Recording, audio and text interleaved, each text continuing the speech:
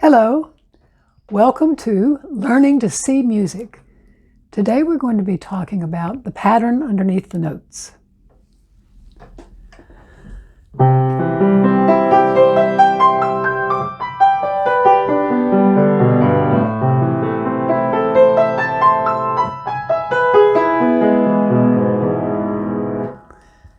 So what did you hear when I was playing all those notes? Was it just a succession of running notes, or did you hear a larger framework? I believe that the biggest turning point in becoming a really fluent pianist is learning to stop seeing music note following note and beginning to be able to recognize larger musical ideas. Today I want to share with you a little etude that was published almost 100 years ago. It's really helped me change the way I think about how to learn music. Here's the score. Oh, it looks pretty busy on first glance, doesn't it? All those eighth notes running all over the page. In fact, the name of this etude is Up and Down and All Around. But the composer, in his compassion, didn't expect us to learn that right off the bat. He gives us a clue. Before he asks us to play all those flowing arpeggios, he gives us this preparation. Let's hear what this sounds like.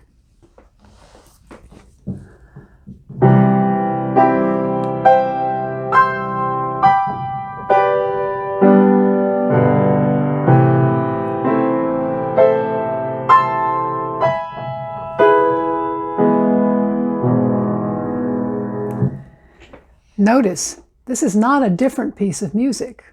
It's just a simpler version of the same thing. Let's listen to the etude again.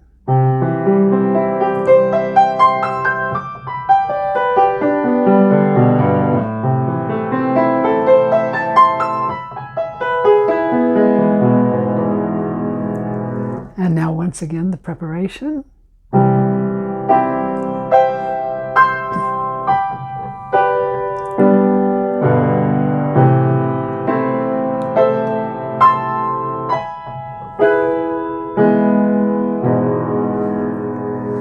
The musical framework hasn't changed at all, only the surface has. So now instead of having to take in a whole lot of notes, I'm realizing that it's just one musical idea expressed in two different ways. Let's take another look at this preparatory score.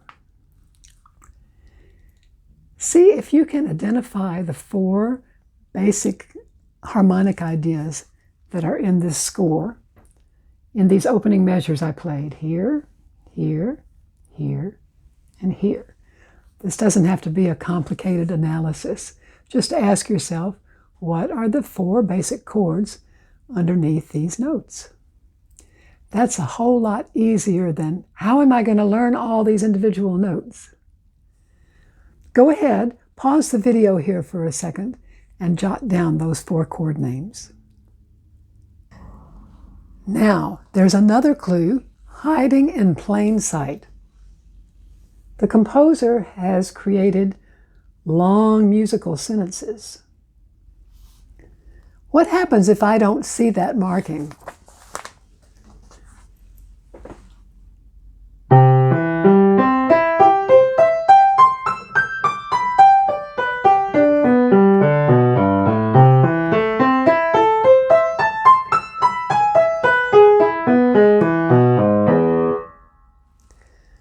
I played all the notes right.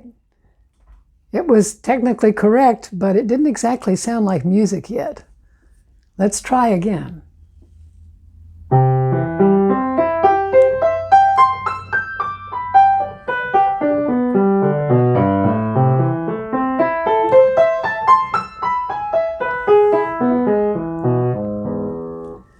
Okay.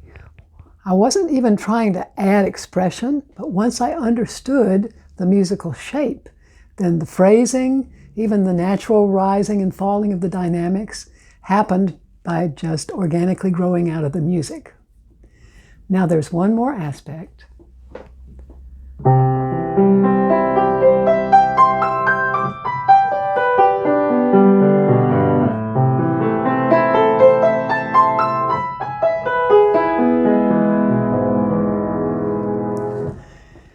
pedal now simply supports the shape of the phrase that was already there. It doesn't create the phrasing. It's not creating the music. It's just helping the music to sing. During this process, you may have noticed a couple of unusual fingerings. These are not arbitrary. They're done on purpose so that the hand can move smoothly from one harmony framework to the next. Now, fingerings are a wonderful topic in their own right, and we're going to save that for another day. So, the next time you learn a new piece of music and approach a new score, don't ask yourself, how am I going to learn all those notes?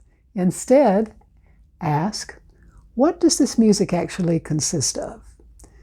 Asking that question can totally transform the way that you experience learning a new piece of music. If this way of thinking is new to you, I want to let you know that I have created a free guide. It's called The 3 Elements of Musical Piano Playing, and in it, I explore 3 basic music fundamentals familiar to most trained musicians, but that many adult pianists were never taught to notice as they learn to play the notes. I'll put a link in the description below. And now, let's hear the entire etude by John M. Williams.